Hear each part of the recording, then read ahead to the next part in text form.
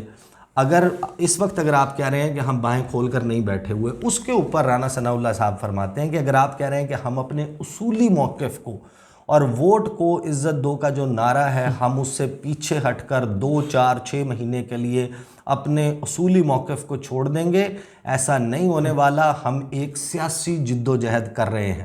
اور پھر کیا ہوا؟ جی. پھر یہ ہوا کہ ووٹ کو عزت دو کا نعرہ جو ہے وہ کہیں رکھ کے کوڑے دان میں ڈال دیا گیا. بندہ بھول جاتا ہے نا، کئی ضروری چیزیں رکھ کے بھول جاتا ہے. وہ لوگ جن کو عمران خان کے ساتھ مل کر اس ملک کی تباہی کا ذمہ دار قرار دیتے تھے، ان سب کو اپنے ساتھ ملایا. عمران خان کے ایم پی ایز کو اور باقی لوگوں کو اپنے ساتھ ملایا. سندھ اس میں جو کچھ ہوا، جو کچھ پنجاب منڈی لگائی گئی. پھر ان کو جب وہ فارغ ہو گئے سیٹوں سے، ان کو اپنے ٹکٹس کے اوپر الیکشن لڑوایا گیا. بعد میں پھر انہوں نے کہانی چینج کی. اب معاملہ یہ آ گیا ہے کہ ان کو جو سرویز ہو رہے ہیں، جو حلقوں میں ہوا بنی ہوئی ہے کہ عوام ان کے ساتھ چلنے کو راضی نہیں ہے. ادارے ساتھ ہیں، باقی سیاسی جماعتیں ساتھ ہیں، میڈیا ان کے ساتھ ہے، ریاستی مشینری ساتھ ہے، نگران حکومتیں ساتھ ہیں. وہ مرتضیٰ سولنگی کا بیان اٹھا کے دیکھ لیں، کاکڑ صاحب کی گفتگو سن لیں، محسن نقوی کو دیکھ لیں، الیکشن کمیشن کو، ہر جگہ ٹلٹ جو ہے وہ نون لیگ کی طرف نظر آتا ہے. مسئلہ ہے عوام کا، ووٹر نہیں ہے. اب اس کے لیے پکڑ دھکڑ 11 تیار کی جا رہی ہے. 46 حلقے جنوبی پنجاب کے، 46 حلقوں میں یہ کہتے ہیں ہم 35 جیتیں گے. اور وہ وہی لوگ جو پہلے کبھی کہیں کھڑے تھے، کبھی کہیں کھڑے تھے، اور خان صاحب کے ساتھ بھی، وہ جن کو جہانگیر ترین جہازوں میں بھر کے لے کے جاتے تھے. اب کہانی یہ ہے کہ یہ جو تاریخ بڑھائی ہے، اب اگر آپ کو ٹکٹ دے دیتے ہیں، 10 نومبر آ گئی، آپ کو جاری کر دیا، 4 دن 5 دن کے پروسیس کے بعد آپ کو ٹکٹ جاری کر دیا یا آپ کا بتا دیا گیا، آپ کی کنفرمیشن ہو گئی. آپ نے ٹائم کو مزید آگے لے کے گئے. اس کی وجہ یہ ہے کہ انہوں نے مزید پری الیکشن الائنسز بنانی ہے، اور آپ کو ٹکٹ دینے کے بعد جب آپ سے واپس لیا جائے گا اور کہا جائے گا کہ نہیں، یہاں پر جہانگیر ترین کے فلاں بندے کو کھڑا ہونے دو، یہاں پر پرویز خٹک کے فلاں بندے کو کھڑا ہونے دو، یہاں پر باپ کے، کیونکہ اب انہوں نے تو یہ بھی طے کر لیا نا، جس کو کہتے تھے کہ ہمیں پتہ ہے باپ کا باپ کون ہے، یہ بھی پتہ چل گیا. ابھی 2 دن کے بعد، 2-2.5 دن کے بعد میاں نواز شریف 13 کو ادھر جائیں گے، آپ کو نظر آئیں گے کوئٹہ میں ان لوگوں سے ملتے ہوئے. لشکری رئیسانی مل کے چلے گئے. باپ کو، جس باپ کے باپ کا پتہ تھا، اس باپ کو باپ بنائیں گے بلوچستان میں. لوگوں کو وہاں پہ شامل کریں گے. وہ کیسے ہوتے ہیں, کیسے ہوں گے, یہ بھی سب کو پتہ ہے. لیکن اب اس اپنے الیکشن کی متوقع وکٹری کو انشور کرنے کے لیے اور اس کو ایک کور دینے کے لیے کہ ہم تو اس لیے جیت گئے, ہمارے ساتھ فلاں بھی تھا, فلاں بھی تھا, فلاں بھی تھا, اس کہانی کو پکا کرنے کے لیے اس سارے معاملے کو آگے دھکیلا جا رہا ہے. اور اپنی پارٹی کو اس دوران انٹیکٹ کے درمیان میں, کیونکہ ٹکٹ جب جاری ہوتا ہے تو ایک پھوٹ پڑتی ہے, ایک ریزنٹمنٹ ہوتی ہے, اس کو کلب کرنے کے لیے. اور ساتھ میں جو نئی الائنسز ہیں, یہ کراچی کا دورہ بھی کریں گے, یہ خیبر پختونخوا بھی جائیں گے, یہ پنجاب میں بھی پھریں گے. ان کے لیے وہ لوگ بھی بوجھ کے طور پہ موجود ہیں جنہوں نے راجہ ریاض کے ساتھ, باقی لوگوں نے تحریک انصاف کے ساتھ غداری کی تھی, سندھ ہاؤس بیٹھے تھے, ان کو بھی ایڈجسٹ کرنا ہے. کچھ لوگوں کو جو ہے وہ ایڈجسٹ کرنا ہے ان ٹکٹس کے اوپر, ریزرو سیٹس فار ویمن, مخصوص نشستوں کے اوپر. کہیں پر جو ہے وہ الائنس کرنا ہے. انہوں نے جہانگیر ترین والے جو لوگ ہیں وہ بھی کوئی کم نہیں مانگ رہے سیٹیں. میں آپ کو بتاؤں کہ میری جو آئی پی پی ہے, ان کے ایک لیڈر جو تحریک انصاف کے بہت بڑے لیڈر تھے اور پھر وہاں چلے گئے تھے, ان سے میں نے پوچھا تھا کہ آپ کو ایکٹیو نہیں نظر آ رہے تحریک استحکام پاکستان پارٹی میں. وہ کہتے ہیں کہ یار جن کی سیاست یہ ہو کہ کرنا کرانا ہم نے کچھ نہیں ہے اور ہمیں نواز شریف 44 سیٹیں دے دے گا, 44 کا فگر دیا تھا اس نے. انہوں نے کہا یہ تو ایم کو کی جنت میں رہ رہے ہیں, ان کو زیادہ سے زیادہ ملے گا اسحاق خاکوانی کا, نعمان لنگڑیال کا, یہ ان کے الفاظ تھے, نعمان لنگڑیال کا, علیم خان کا, جہانگیر ترین کا اور اون چودھری کا. ان 5 کے علاوہ اس نے کہا, اس بندے نے کہا نہیں وہ اس وقت تھا کہ یہ چیزیں پروسیس, یہ نواز شریف والا یہ جو کام ہو رہا ہے اسی دھکے میں جو ہے وہ ان کا بھی کام ہو جائے گا. وہ کہتے ہیں کہ یہ 5 بندے جو ہیں وہ سمجھ رہے ہیں کہ ان کا علی ترین سمجھ لیں آپ, جہانگیر ترین کے لیے ان کے حلقے کا وہاں کا نا. وہ کہہ رہا تھا کہ اس 5 کے علاوہ مجھے نہیں سمجھ آتی کہ نون لیگ کے لیے ہم میں سے کسی کو بھی ٹکٹ دینا کیسے فائدے کا سودا ہے, گھاٹے کا. ان کی سیاست ان کے حلقے میں برباد ہو جائے گی.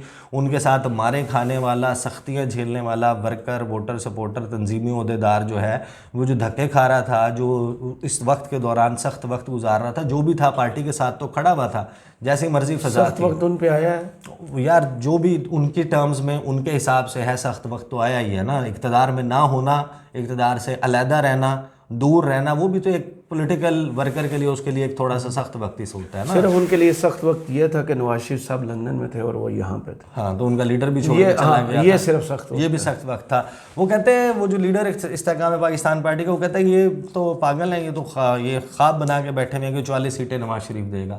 لیکن اب معاملہ یہ آ گیا ہے کہ اس کے لیے تو 44 سیٹیں پہلے نواز شریف کے پاس بھی تو ہونی چاہیے. نواز شریف نہیں, حلقوں پہ ایڈجسٹمنٹ کی بات ہو رہی ہے, ٹکٹس کی بات ہو رہی ہے کہ وہاں پر اپنے لوگوں کو ٹکٹ نہیں دے گا اور ہمارے ساتھ فارم کر لے گا الائنس, اور ہمیں جو ہے نا وہ سیٹ ایڈجسٹمنٹ کر کے یہ دے دے گا. اس نے کہا کہ ایسا تو نہیں ہونے لگا. تو پھر اب کیا بندہ کس میں ایکٹیو اور کیسے ہو, اور پھر ایسی صورتحال میں کیا بندہ الیکشن لڑے کہ تحریک انصاف والوں کا ریزنٹمنٹ کا ایک علیحدہ سے ہمارا وہ ہے لوٹا ہمیں بنا دیا گیا, اس کی وجہ سے ہمارے اوپر اور جوتیاں جو ہے نا وہ لگ رہی ہیں حلقوں میں. پارٹی کی ہماری سٹینڈنگ کوئی نہیں ہے. نواز شریف کا یا پنجاب میں تحریک انصاف کا انہی کا مقابلہ ہے. لیکن اب وہ ماحول بنتا ہوا دکھائی دے رہا ہے کہ جہاں پر میاں صاحب جو ہیں اور نون لیگ جو ہے وہ بڑی سیریس کنسیڈریشن کر رہی ہے کہ ہمیں پری پول الائنسز میں جانا ہے, الیکشن سے پہلے اتحاد بنانے ہیں.